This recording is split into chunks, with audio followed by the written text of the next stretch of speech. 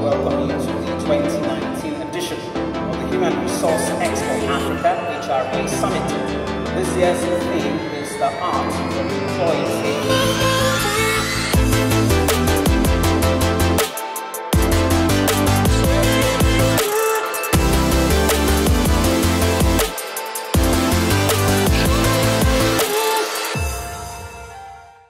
So I'm going to start with diversity. What do you understand diversity to be?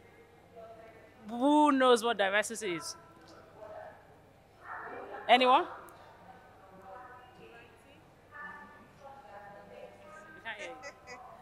Okay, diversity, what comes to mind is something that is variable, not something that is just static. It's diverse. Yes, basically. Various culture and various people from different background.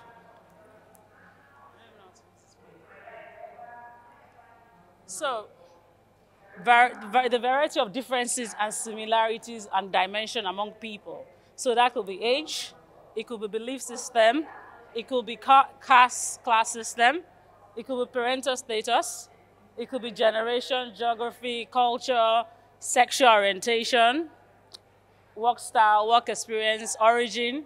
So diversity is not just culture, it's anything. So when we say we're looking for a diverse group of people, it could be that we're looking for somebody within a different age group, different culture, different religion, different things. So diversity, and there's a quote I saw somewhere, it says diversity was yesterday, inclusion is the future. So we're going to be talking about diversity, inclusion, and equality. Now, this is not a very popular topic in Nigeria because we're not really talking about diversity.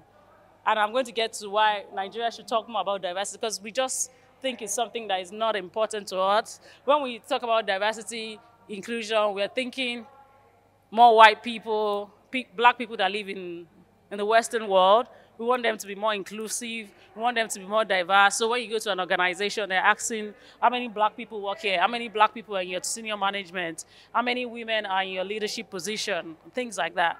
But in Nigeria, we don't talk about diversity. And I'll get to the reason why we should talk about diversity more, because we're actually a very diverse set of people. Sorry, I don't know how to use this pointer. Now, inclusion is a dynamic state of operating which diversity leveraged on. So inclusion is being fair, being LV, being inclusive. An inclusive environment ensures equitable access to resource and opportunity. So inclusion means that when we're in a meeting, everybody is inclusive. Anybody can take a decision, anyone can talk and is accepted. So have you been to a meeting where you felt like if I say something, they won't accept it? Sometimes we go for meetings and say, if I could talk now, they're not going to hear everything I want to talk. Make I just, do you have anything to say? No.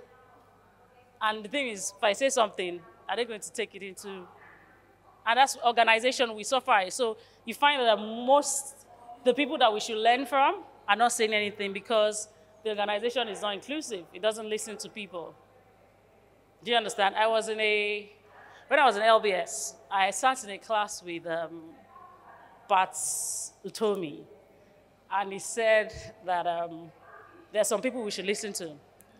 And he told us a story. He told us a story about a minister that was going to work.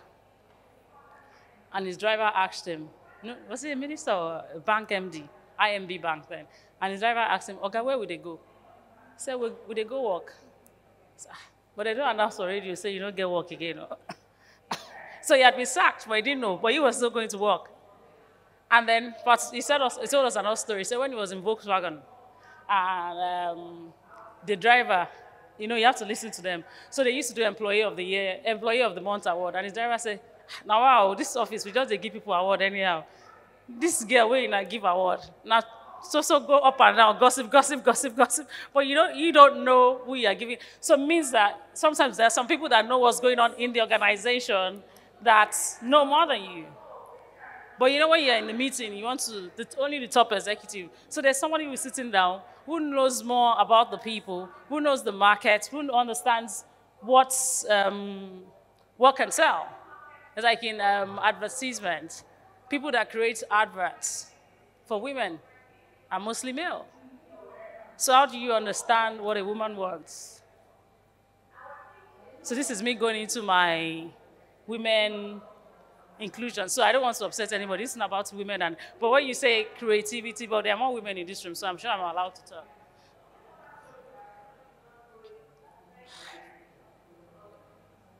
Now, equality means treating everyone fairly with dignity and respect. And we're all guilty, somewhat.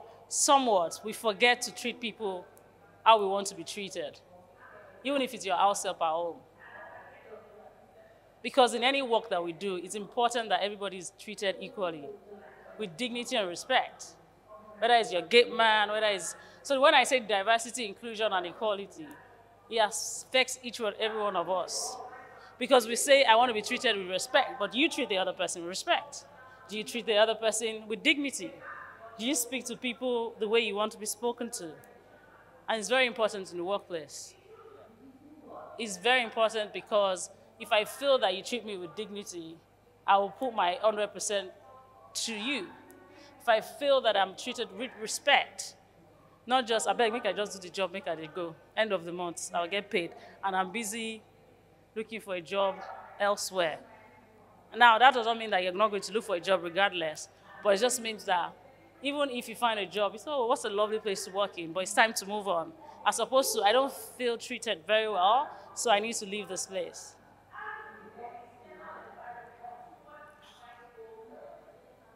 Now, there's a global definition and benchmark that applies to organizations around the world.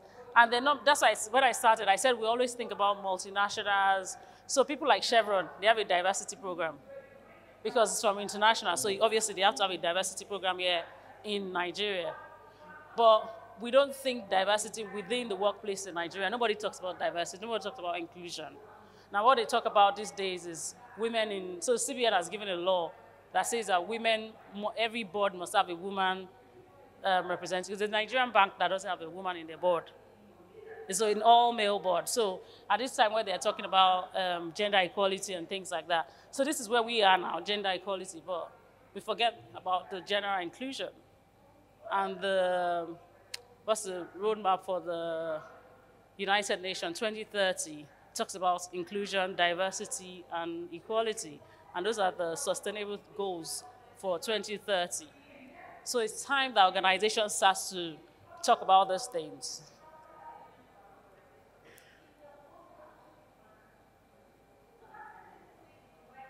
Now, what are the factors that keep inequality in the workplace? Prejudice and bias. I know they like those kind of people. Igbo, no, I don't like Igbo people. Yoruba people, I don't like them. I'm a recruitment consultant, and somebody will tell me, why do you keep giving me Igbo CVs? Is there anything wrong with Igbo CVs? Can they do the job? Yes. I like Hausa people. Why don't I have Hausa CVs? So, can you see that we do have issues with diversity in Nigeria? We have prejudice. We have bias. I don't give my houses to Igbo people. They don't pay rent. So you've had a bad issue with an Igbo person, so technically all Igbo people are bad. Oh, Yoruba people are funny. They talk too much. Gossip, gossip, gossip, gossip, gossip. I don't want them. Does that mean every Yoruba person is gossip? So those are the things that keep inequality in the workplace. A bias. We have a bias. Stereotyping people. Just having things around people. Lack of women in leadership position. Women are empathic. So a woman will say, let's listen to the other side of the story. Men don't have time. Men just want to get bottom line. Bottom line. Are we making money? Are we going to do this? Perception of disabled job applicants. Half of us, all of us, me inclusive, when we design our job description, when we think about people that work for us, do disabled people come into mind? We don't even think that we want to. It doesn't even come to mind that we're going to create a job description that a disabled person can apply for. So imagine any HR manager here? Yes? So imagine that you set up interview, because my CV will not say blind, right? Nothing says blind. Then I come for the interview, then you see me, I walk in, sit down. At first, you're wondering why is this person just staring into space? But the person says, oh, I can't see, but are you going to employ this person? No, are you going to employ this person? Why back office? Is your organization equipped to give a blind person the resource that they need to work? Is any organization equipped to give a blind person the resource to work? Even if it's not blind, somebody who can't walk, who stays in a wheelchair, my organization is not equipped to give a blind person work, or somebody on a wheelchair. Because we don't have, before they can't climb the stairs, there's nothing, there's no accessibility. So Nigeria as a whole, we are not ready for disabled people. But the disabled people, they go to school, so you see them. So why are they going to school? What future do we have for them? So that's why I say it's important that we begin there are people, not just women, men, there are disabled people. There are so many things that put inequality in the workplace. And these are some of the factors. Access to jobs. They're not ready access to jobs. In Nigeria, as one of our panelists said yesterday, people take the job that is just there, not the job that they want to take because of the unemployment in Nigeria. Not really because I like to be a marketer or a salesperson, but the only job I can get is a salesperson. So that's why you see that they can't sell. And you're asking, why haven't you sold? I'm not really a salesperson. I'm an introvert, and you want me to go and sell. But because there's no job, I took the job, and I can pass interviews, so you think I can sell. But really, my ideal world is not to be a front-facing person. I like to be in the back office and things like that. Performance evaluation for different groups may be biased. I know you're an HR manager. I'm sure at some point, yeah, you tell us you're not biased. But that's why I'm not putting you on the spot. As human beings, we tend to be biased. So we have to, there's certain things we train and untrain ourselves for. And it's important that we train ourselves to be unbiased, to look at a situation with an open mind. Holistically, without being biased, without saying, but I like this person, or okay, I can manage for this person. We do it subconsciously. And then, I don't really like this person. And then somebody has said, during evaluation, and somebody has complained about the person too many times. So I'll use that person's opinion to evaluate this person. And I haven't actually worked with this person, but because maybe I'm the line manager and the other manager has said this is what the person, so we are biased in our decision making. And those are the factors that affect inequality in the workplace. Am I on the same wavelength? Am I giving the same level ground as the next person? Am I being treated equally as the next person? So diversity, bringing it home. Nigeria is a very diverse country with 250 ethnic groups. So that's why I said that when we say diversity, we are thinking of the international world. We forget that we're a very diverse country. With religion affiliation. Our religion affiliation is Islam, mostly in the north, and in the south we're Christians.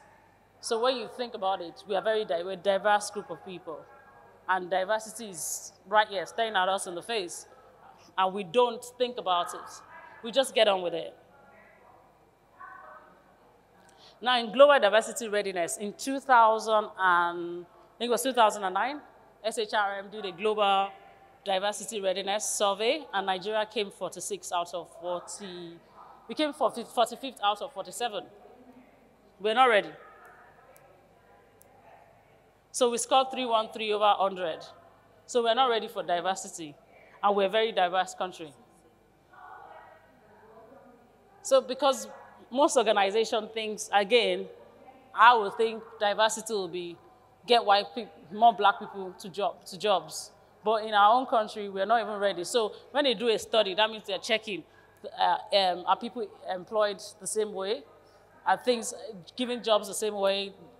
So the different research that they will use, methodology that they will use to get this sort of figures. And you also find, so the federal government, that's why we have the quota system. Have you ever wondered why we have quota system? so that people working in the federal service, they don't use prejudice or bias to get them in. So the federal system was created because of that, so that X% would go to different regions, the south, the north. So that's to show you that they're trying to be diverse and inclusive. Otherwise, the permanent secretary will just recruit everybody from his hometown, which you do. So sometimes you find a manager gets into a place and the organization systematically begins to change and everybody's from the manager's hometown. Correct? Yes. It happens in Nigeria. Now I'm going to ask this question. They say many Nigerians owe their allegiance first and foremost to their ethnic group, religion group, other than the entity called Nigeria. Is that correct? Do you agree? So I'm a Christian. I only want to be around Christian. Because you know that Muslim people are not, I don't want all this kind of thing. I don't like people praying other religion in my, how does that affect the output of the person? How does your religious affiliation affect what you're going to put in? Can somebody tell me why? But because it's a bias, and as this man quoted, first and foremost, our religion. So some people can't even employ without talking to their pastor. Pastor, I have these 3 people I've interviewed. I want you to pray about it. That's what I'm saying. Sorry, I'm a Christian, but the pastor will pray. Is that that one, that tall one? Is it fair? Hey, pastor, it's true, that's the one. But the other 2, don't take them home. Please. God doesn't show people vision of tall, black, or fair. We're looking at qualification. Can the person do the job? Can the person not by pastor? And that's why I say I like Muslims. I'm not a Muslim. I like Muslims because they don't tolerate what we Christians do. They don't call their imam. Imam, when I woke up this morning, a bird was flying over my head. So what should I do? There's nothing like that. They don't have this. But pastor will say, go back home. Go back home. Quickly, quickly. They are coming for you. And you go back home and you lose your job. Or, sorry, I can't come to work today. Why? They called a meeting in we're doing some revival. Or vigil. Or somebody's at work, sleeping. What's wrong? 21 days. And we're doing 50-day fast in my church. So that's why I said that our religious affiliation, they value that more than our jobs, than our country. And I don't know why. Because when my parents were growing up, I don't think that's how it was. But our pastors, I call them the God of men rather than the men of God, have systematically turned our head around, that we begin to see. So if a pastor tells me that I work and I pay tithe in your church, that I should come to work for a week, I should come to church for a week, how do I pay this tithe that you are living on? From my salary and I lose my job, you say, that's not what God wanted for you. God wanted me to work. He didn't want me to suffer. But I will now suffer and wait for the next job that I will lose again because you have called 50 days fasting. I do fast, trust me. It's length and I'm fasting. Yes. Please. Apart from a pastor's factor, there's this thing that when you are recruiting and the person is not really, extremely qualified, but because he attends MFM and you too attends MFM. Now, there's this thing that I felt because I attended Laspotech before I went to university. So if anybody is coming from Laspotech, you have a soft spot for that person. Because you say, this person will be victimized, having HIV. Okay, now in my company, we are growing in diversity management. Hence, before, if you put on hijab, Islamic people, you put that here. We don't take them, but now we have started taking them. Where do you work? Reddington Hospital. Correct. That's good. You see one guy in IT, if you see his head, it's like a hairstyle, it's like Daddy Shoki. If you do it in another place, you may be terminated.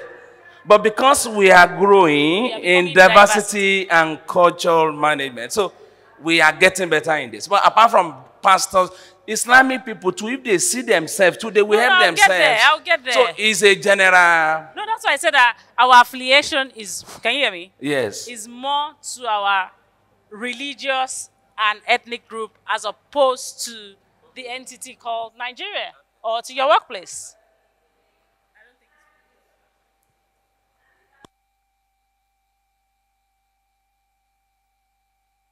So how do we, so he's growing in depth, so they know now.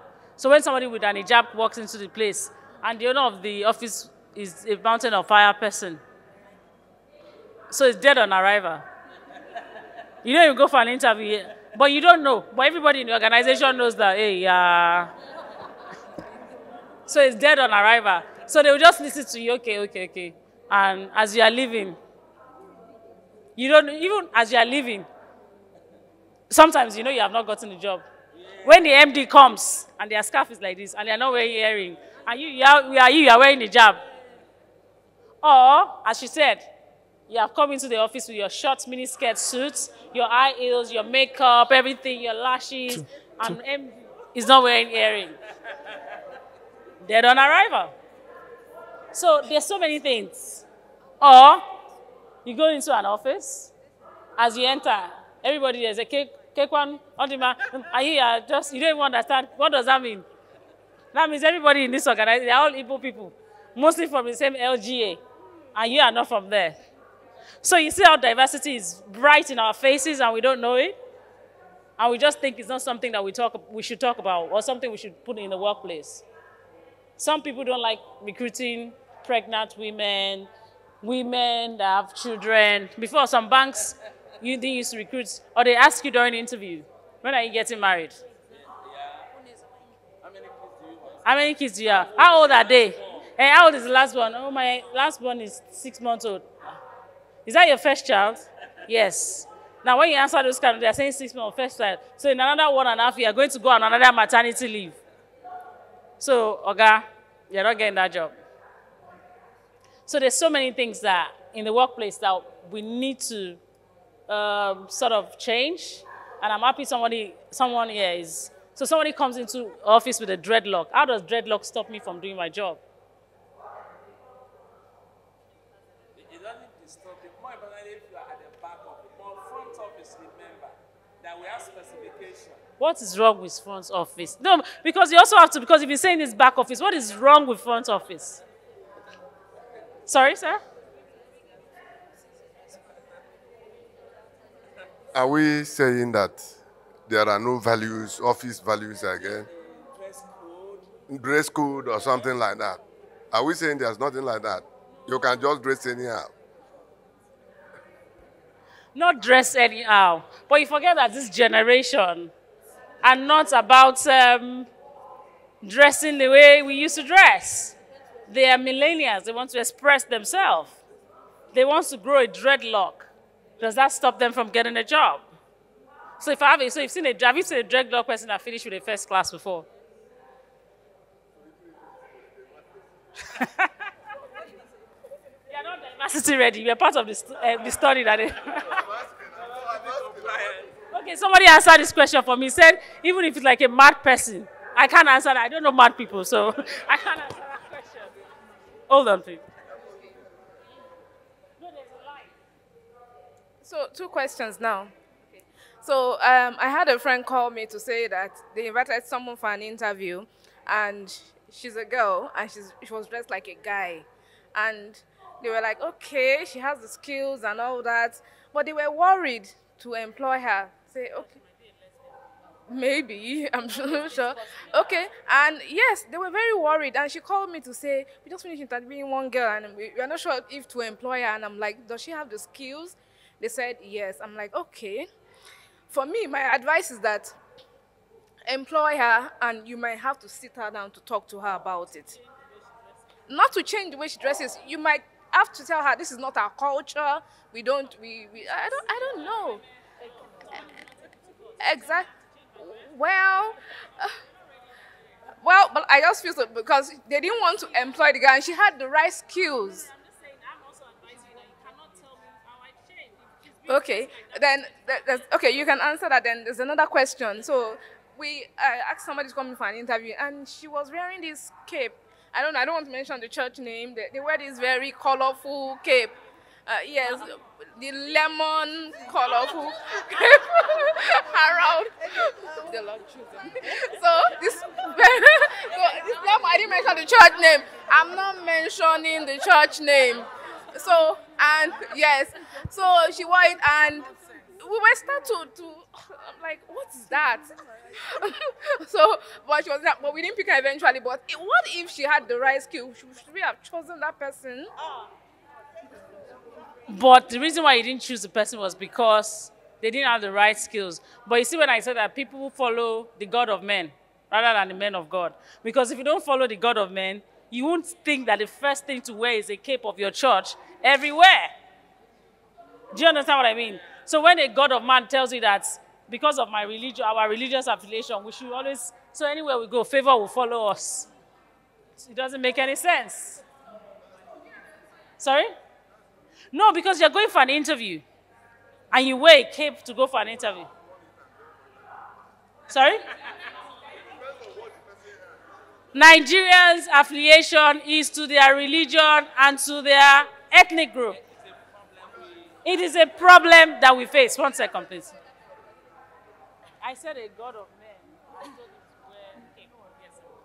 I want to just add something to this exciting discussion. I just want to add something to this exciting discussion.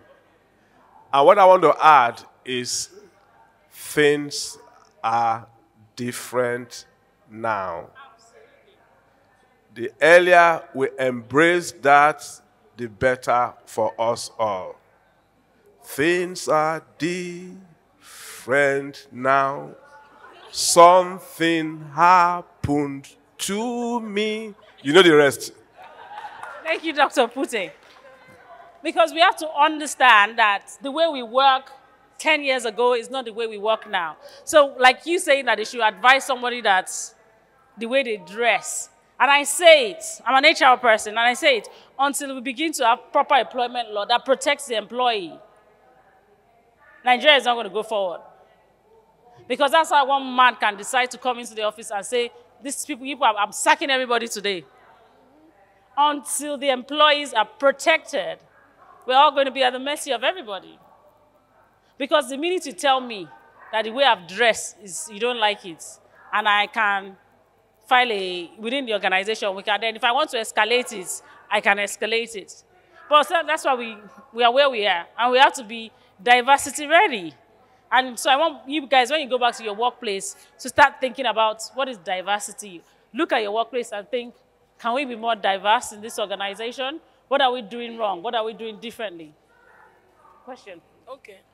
Mine is a comment and appreciation, actually, for this particular inclusion, diversity. My name is Treasures. I'm also called Speaking Fingers. I help institutions and organizations integrate disability and mainstream it into their activities. Because with the law, with the new disability law, it's something HR persons should be ready for. I run life skill and leadership program for deaf young persons and other persons with disability. When she was talking about the blind, because each time we run these sessions, we bring up, is a 45-minute, 45 minutes investment you can make so that you are disability ready in your organizations and you know how to mainstream it. There has been cases whereby my blind mentees and friends will come to some organization. I'm talking about even multinationals because they are in Nigeria. They've been turned back right from the gate. Not be person like you, neither they call for the interview. These persons have masters, well-traveled, they are Mandela Washington fellows, and they walk in and they go back with such impression. So when I saw this in our curriculum, this model, I was very excited. I was just running down and I was excited. I've approached her when she talked about her seat in what she does in her organization. So I want to say it's an investment we need to make, and somebody made a point here yesterday about being proactive. So it's for us to go back and see. So I can do that, I can help with that, but please, I beg us. Lagos State has a special people's law. If I do a sample test now, how many of us are aware, and that law has been in existence since 2011? And for me, that the spirit inside of a man is not living with disabilities. If you know the capabilities and the things that have used sign language, because when we say sign language, we only know them as interpreters. I use it to run leadership program. I use it to run life skill and living skills for deaf young persons. There's a lot to be learned. There's a lot we must know, and we must be proactive. So I'll be willing to help if you need that service. So thank you so much for making it. But most importantly, I want to see more of persons living with disability in your next program. You will love the engagement. They will teach you how to integrate them. It's not expensive like we think. And Jesse Jackson, I'll close with that, says when everyone is included, everyone wins. Some of us go through the ramp, isn't it?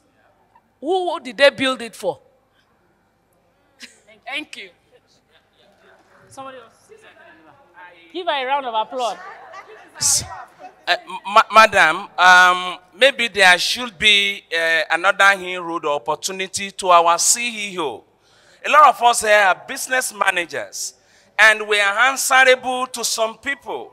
They are the people to understand that in an organization where we have 500 people as a staff strength, we should have like 15 disabled people there.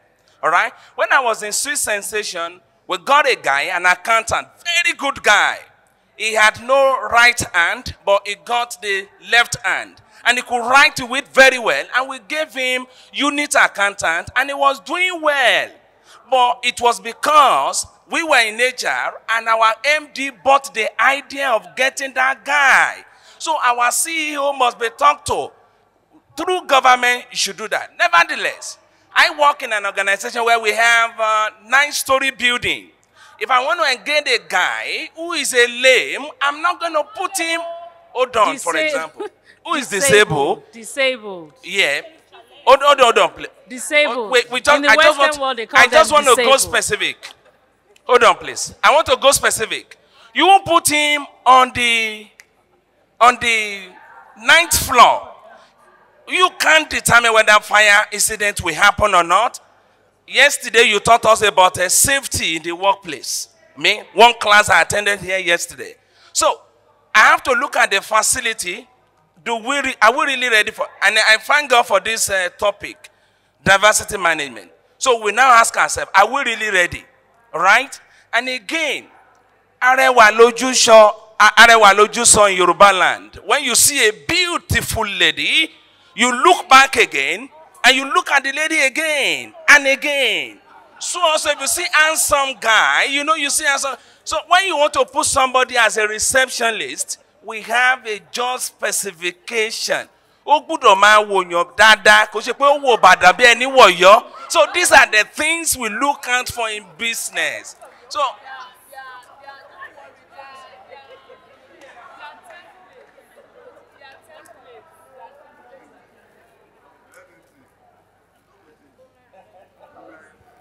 good afternoon. Good afternoon.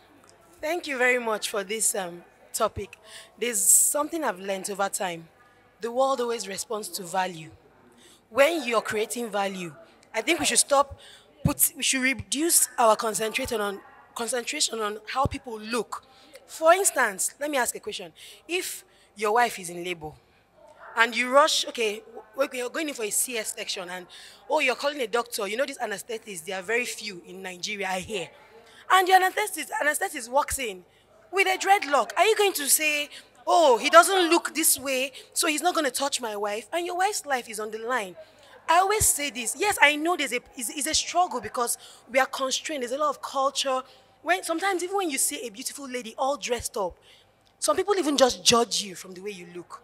They don't even assume you have anything up here. Like it's a crime to look good. I'm sure ladies go through this. It's a crime to look good. They just attribute your success or your looks to something else. Some people just like looking good.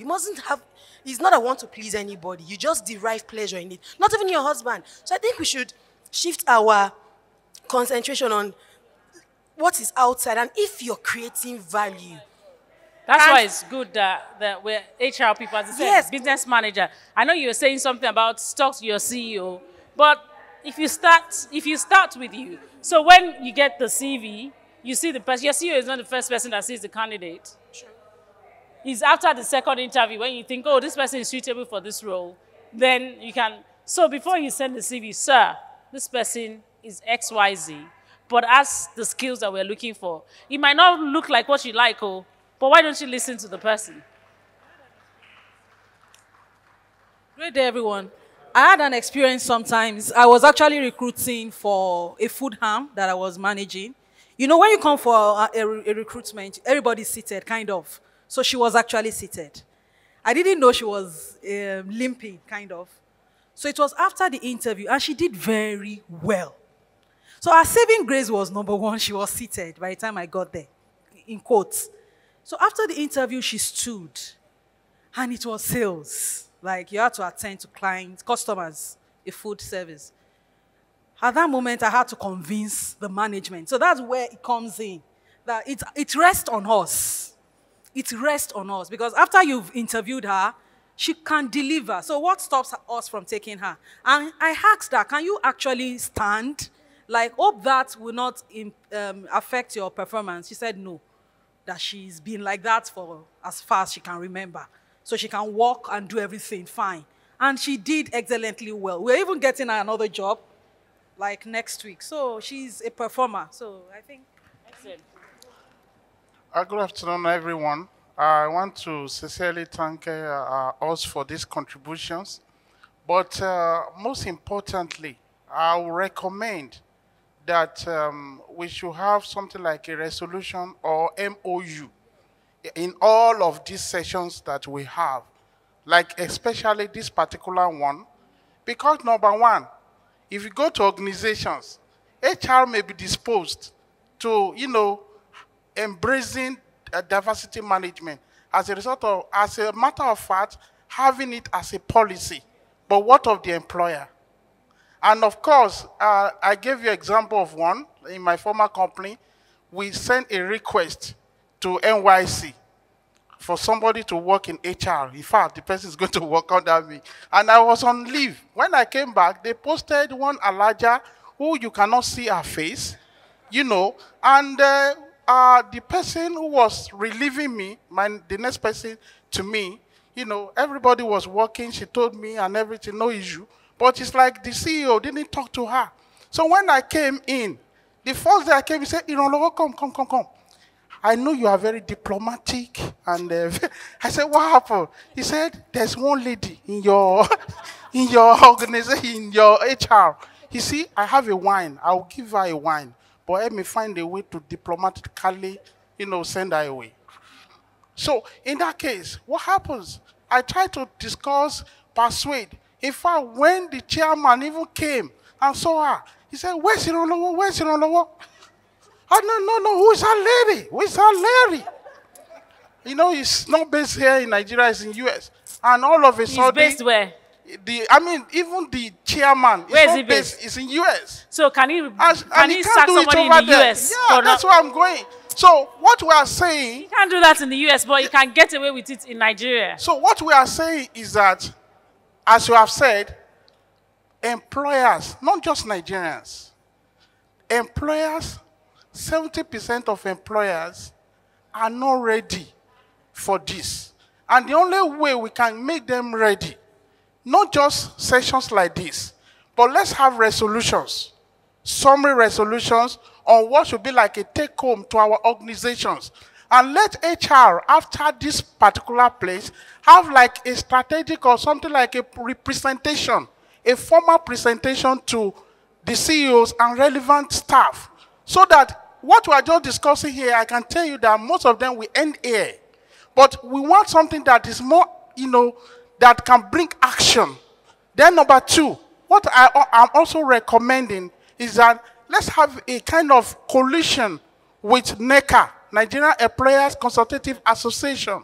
Because these people also are very, very, dynamic, and their members usually listen to them. So that such cases like this, issues like this, can be communicated to the employers. You understand? It even boils down to the end of year programs. Some employer will insist that it should be Christmas party. not end of the year party. Forgetting that there are Muslims in the I'm organization. forgetting that there are Muslims. So it's Christmas party, and when you say end of the year, so no. If they are Muslim, the Muslim, would they call it, Christmas party? Law, it's Christmas party. So in that case, what do you do? So you see what he said, even the language that we use in the organization is not inclusive. It's not inclusive. Someone was saying to me yesterday, we're passing a school and said, oh, I thought the schools could only wear a hijab on a Friday. I said, no, they've won the case against Lagos State. And they can wear an hijab any day that they want. Now, if I don't want my child to be in a school where other people wear hijab, I'll take my child to a Christian private school. But you can't stop another child from doing what they want in a public school. As I said, the world is changing. And it's either we change with it or we get left behind. And 10 years, 15 years from now, my class is finishing. Oh, my God. Okay, so let me quickly run through some side. So there are moral case for diversity and inclusion. So there's a compelling case for diversity and inclusion in the workplace and beyond.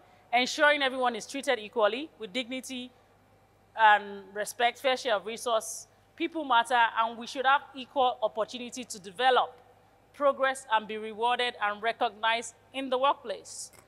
Organizations must ensure that people management practice champion these fundamental principles. Because some people will work and they don't get rewarded. Some people do the work, they don't get recognized because there's inequality in the workplace. Before, women were not recognized, but now, even the men are becoming endangered species. Men are becoming endangered species because before they say it's women first. So it's inclusion, not just about women. Men must also be recognized. Some men are dealing, I know feminism and everything, so some men are careful what they say. So for me, it's not just about women, it's inclusion, making sure everybody is accepted, everybody is treated equally with respect. And I'll end this on a note. When you get home, don't go feminist with your husband. Don't, because I know many Nigerian women are now feminists. My friend, don't talk to me. I'm going out. I'm not eating. Thank you very much, everybody.